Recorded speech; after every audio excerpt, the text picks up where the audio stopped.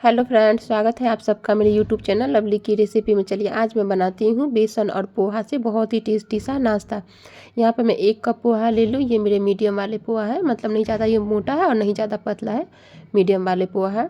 फिर इसे मैं एक बाउल में डाल दी हूँ और फिर इसमें मैं पानी डाल के इसे 2-3 पानी से अच्छी तरह से साफ से धो लेना है। फिर इसे थोड़ी देर के लिए फूलने के लिए छोड़ देना है। देखिए पोहा मेरे फूल गए हैं, इसका मैं पानी इसमें से निकाल दी हूँ। फिर यहाँ पे मैं 1 कप बेसन ले ली हूँ। फिर कढ़ाई यहाँ पे गैस पे मैं पहले से रख दी थी, तेल डाल के गर्म हो गए तो फिर उसमें मैं हाफ टी स्पून जीरा डाली। जीरा चटक जाने फिर उसमें मैं बेसन डाल दी हूँ। अब बेसन को ना थोड़ी देर के लिए भून लेना है, जब तक इसका कलर गोल्डन हो जाए। थोड़ा सा बेसन का ना इसमें सोना सोना आने लगता है, तब तक इसे आप भून लीजिएगा। यहाँ पे मैं पोहा में ना बेसन को भून के मैं डाल रही हूँ, उसका यूज़ कर रही हूँ। आप चाहे तो कच्चा बेसन का भी यूज करें, लेकिन क्या होता है ना, अगर आप कच्चा बेसन का यूज़ करते फिर उसका टेस्ट ना उतना अच्छा नहीं आता है। इसीलिए जब भी पोहा और बेसन का रेसिपी बनाए तो उसमें आप पोहा में अगर बेसन मिक्स करें तो फिर बेसन को आप भून के ही मिक्स कर। देखिए बेसन मेरे भून के, तो फिर यहाँ पर मैं कलर के लिए हाफ टी स्पून यहाँ पर मैं हल्दी डाली हूँ।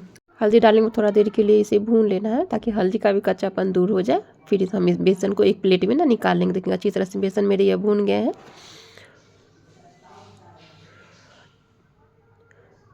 तो फिर से अब मैं एक प्लेट में निकाल लूँगी।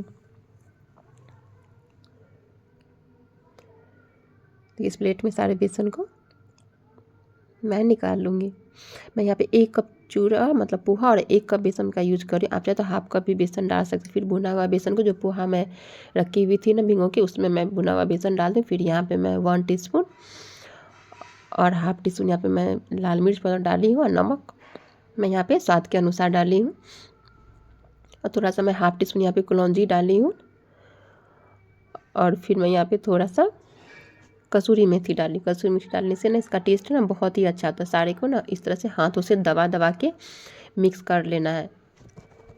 अगर आपको यहाँ पे लगे कि नीड पानी का है तो थोड़ा सा हल्का हल्का सा पानी छिड़क छिड़क के भी आप मिक्स कर सकते हैं, लेकिन मैं इस तरह से हाथों से दबा दबा के इसे मिक्स कर रही हूँ। मैं यहाँ पे पानी नहीं डाल रही हूँ। हाँ, लेकिन आपको अगर लगे तो उसमें आप फिर पानी भी मिक्स करते। इस तरह से हाथों से मिक्स करके इसे आटा के डो के जैसे बिल्कुल बना लेना है। पूरी अच्छी तरह से मेरे मिक्स हो गया डो के जैसे बन। अब फिर मैं इसे क्या करूँगी, इसमें थोड़ा थोड़ा सा लेके लोई का शेप इस तरह से करूँगी मैं। फिर लोई के शेप हो गया तो फिर इसे मैं इस तरह से हाथों से दबा के इसे मैं चिपटा कर लूँगी। सारे को ना इसी प्रोसेस में कर लेना है। यहाँ पे कढ़ाई में पहले से तेल रखी तो गैस पे गर्म हो गई, तो फिर उसमें मैं बारी बारी करके ये सारे को उसमें मैं डाल दूँगी। फिर सारे को इसी प्रोसेस में कर लेना है। देख फिर इसे अलट पलट करके फ्राई कर लेना। ये बहुत ही ईजी नाश्ता है और झटपट से बनके तैयार भी हो जाएंगे। वैसे भी अभी ठंड चल रहा है ना, ठंड का मौसम है, क्या बनाए चाय के साथ क्या कुछ समझ में नहीं आता है। इस तरह से अगर आप रेसिपी पोहा का बनाते हैं और खाते हैं तो आपको बहुत टेस्टी भी लगेंगे और झटपट से बन के ये तैयार भी हो जाएंगे। इसी तरह से अलट पलट करके इसे फ्राई कर लेना है, मतलब इसे तल लेना है। इस तरह से अलट पलट करके इसे हम तल लेंगे।